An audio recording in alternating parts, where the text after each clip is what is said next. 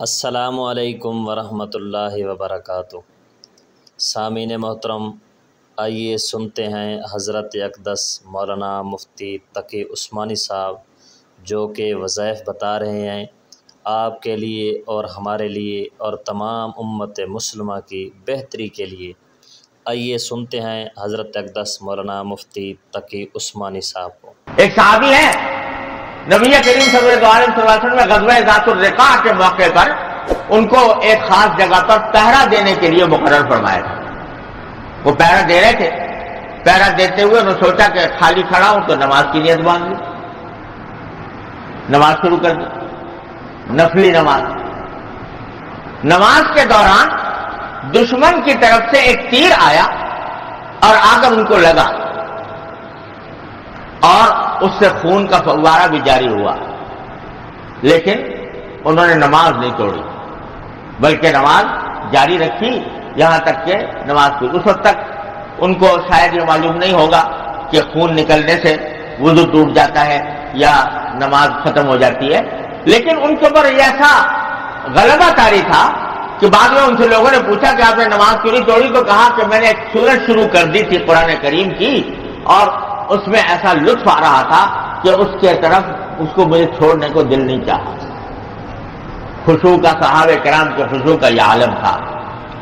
تو بعض مرتبہ دل میں خیال ہوتا ہے کہ وہ درجے کا خشوع تو ہم کبھی زندگی بھر پیدا نہیں کر سکتے، تو اس سے مایوسی ہونے لگتی ہے۔ لیکن جیسا میں نے عرض کیا، اللہ تبارک و تعالیٰ کسی کو بھی اس کی طاقت سے زیادہ کا مکلف نہیں فرماتا، لہذا بزرگوں نے یہ فرمایا ہے کہ خشوع کا ادنا درجہ ہر مسلمان کے لیے یہ ہے جس کی اس کو کوشش کرنی چاہیے کہ وہ اپنی نماز میں ان الفاظ کی طرف دھیان کرے جو وہ زبان سے نکال رہا ہے، اور اگر غیر اختیاری طور پر کوئی اور خیال آ جائے تو وہ معاف، پھر دوبارہ جب تنبہ ہو دوبارہ ان الفاظ کی طرف آ جائے۔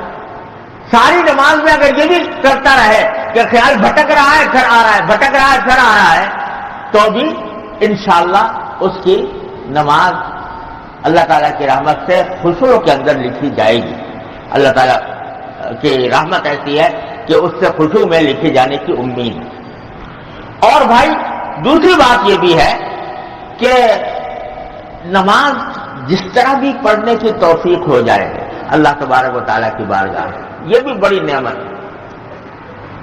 یہ کوئی معمولی بات نہیں کہ اللہ تبارک و تعالیٰ کی بارگاہ میں حاضری کی توفیق ہو گئی۔ چلو دل کہیں دماغ کہیں، لیکن اللہ تبارک و تعالیٰ نے اپنی بارگاہ میں حاضری کی توفیق عطا فرما دی، یہ بھی کوئی کم نعمت نہیں۔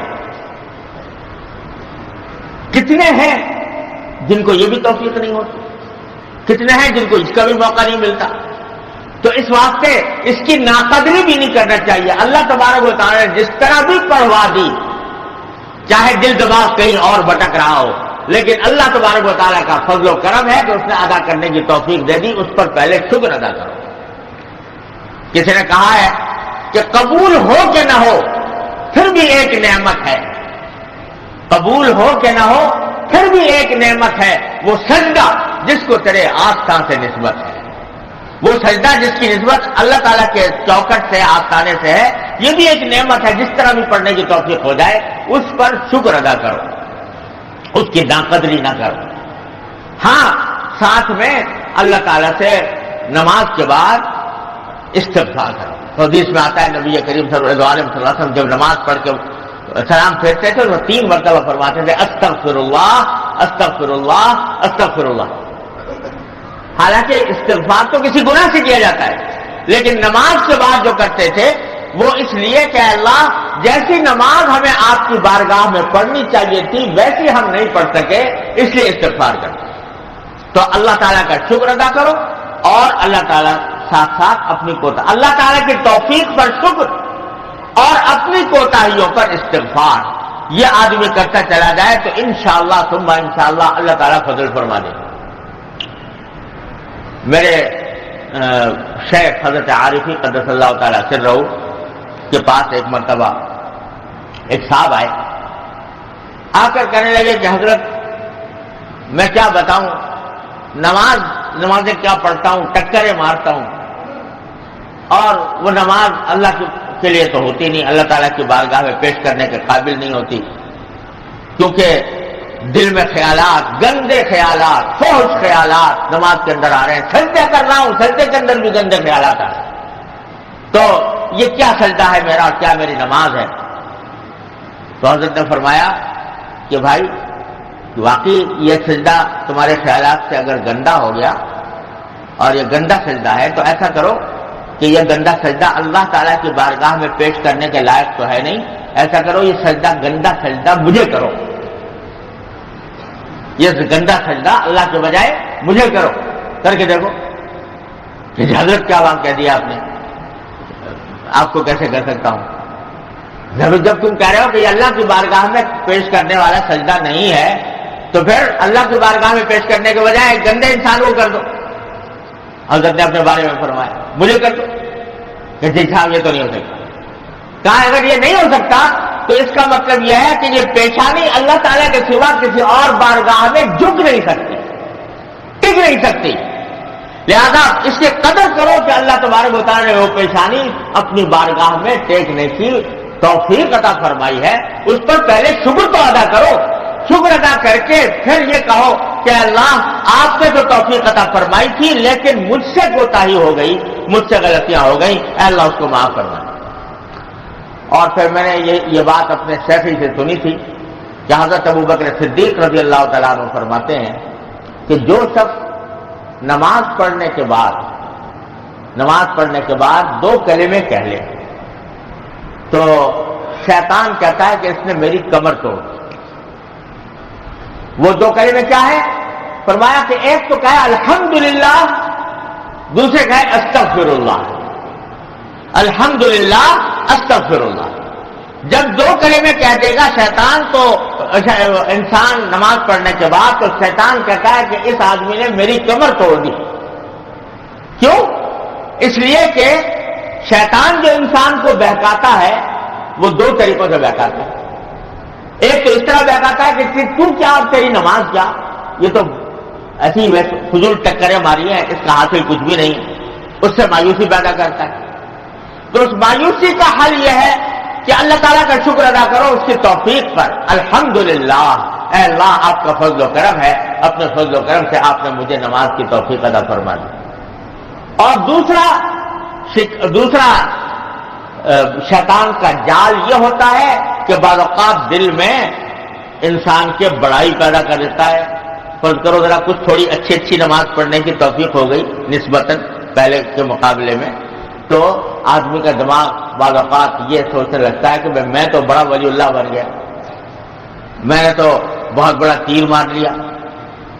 وہ عربی زبان میں ایک مثل مشہور ہے کہ صلی الحائط رکعتین وانتظر الوحی، کہ ایک حائط کہتے ہیں جلاہے کو، کہتے ہیں ایک جلاہے نے ایک مرتبہ 2 رکعتیں پڑھ لی تھی، تو 2 رکعتیں کبھی پہلے پڑھی نہیں تھی، 2 رکعتیں پڑھ لی، تو 2 رکعتیں پڑھنے کے بعد اس انتظار میں بیٹھ گیا کہ اب میرے اوپر وحی نازل ہوگی اللہ تعالیٰ کی طرف سے۔ تو بعض اوقات شیطان اس طرح بہکاتا ہے کہ نماز پڑھوانے کے بعد دل میں ایک تکبر پیدا ہو گیا، بڑائی پیدا ہو گئی اپنے عمل کی طرف، یہ کہ میں نے بہت بڑا تیر مار لیا۔ اس کا علاج ہے استغفر اللہ، کہ اللہ جیسی نماز پڑھنے کا حق تھا وہ تو میں ادا نہیں کر پایا، جو کوتاہیاں ہوئی اللہ اپنی رحمت سے اس کو معاف فرما دی۔ بعض روایات میں منقول ہے کہ نبی کریم سرور دو عالم صلی اللہ علیہ وسلم فرماتے ہیں کہ ما عبدنا کا حق کا عبادتی، ما عرفنا کا حق کا معرفتی، اے اللہ ہم آپ کی عبادت کا حق نہیں ادا کر پائے۔ کون کہہ رہا ہے؟ حضور نبی کریم سرور دو عالم صلی اللہ علیہ وسلم، جو رات کو کھڑے ہوتے ہیں تو پاؤں پر ورم آ جاتا ہے نماز پڑھنے میں، سجدے میں جاتے ہیں تو لوگوں کو خیال ہونے لگتا ہے کہ کہیں روح تو پرواز نہیں کر گئی، انگوٹھا ہلا کر لوگ دیکھتے ہیں کہ آیا روح تو پرواز نہیں کر گئی۔ وہ اتنی عبادت کرنے کے بعد فرماتے ہیں کہ اللہ ہم نے آپ کی عبادت کا حق ادا نہیں کیا۔ تو جب آپ یہ بات فرما رہے ہیں تو ہمہ شمار کس شمار قطار میں ہیں؟ ہم تو اگر کوئی بھی پڑھنے کی توفیق ہو گئی، اللہ تعالیٰ کا فضل و کرم ہے، لیکن اپنی کوتاہیوں کے اوپر استغفار ضروری ہے۔ تو الحمدللہ اور استغفر۔ تو خلاصہ یہ نکلا کہ اپنی طرف سے کوشش اس بات کی مکمل کی جائے کہ جو الفاظ زبان سے ادا ہو رہے ہیں ان کی طرف دھیان ہو۔ اگر بیچ میں غیر اختیاری خیالات آ گئے تو معاف۔ اور دھیان کرنے کے لیے ایک اور نسخہ میں عرض کرتا ہوں، کوشش یہ کریں کہ نماز میں وہ صورتیں نہ پڑھی جائیں جو بہت زیادہ رٹی ہوئی ہیں۔ کچھ صورتیں ایسی ہوتی ہیں جو آدمی کو رٹی ہوئی ہوتی ہیں، بس وہ آٹومیٹک چل پڑتا ہے ان صورتوں کے اوپر، اس کی وجہ سے دھیان کہیں اور چلا جاتا ہے۔ اگر ایسی صورتوں کو اختیار کرے جو اس طرح رٹی ہوئی نہیں ہے بلکہ اس کو پڑھنے میں کچھ تھوڑا سا دھیان لگانا پڑتا ہے، تو پھر اس صورت میں انشاءاللہ دھیان نہیں بھٹکے گا۔ اور اس کے لیے مسلمانوں کو چاہیے کہ وہ ہر روز کسی نہ کسی ایسی صورت کا اضافہ کر لیا کریں جو پہلے یاد نہیں تھی، اب یاد کر لی، اور اس کو قرآن کریم اس کو پڑھنے کی کوشش کریں، تو انشاءاللہ وہ رفتہ رفتہ دھیان نماز کی طرف لگنے لگے گا۔ اور اس بات کا بھی خیال کریں کہ نگاہ جو ہے وہ سجدے کی جگہ پر ہو۔ یہ جو کہا گیا کہ سجدے کی جگہ پر ہو، اس کا بڑا ہی اثر ہے۔ اگر ادھر ادھر دیکھے گا آدمی تو دھیان زیادہ بھٹکے گا، اور سجدے کی جگہ پر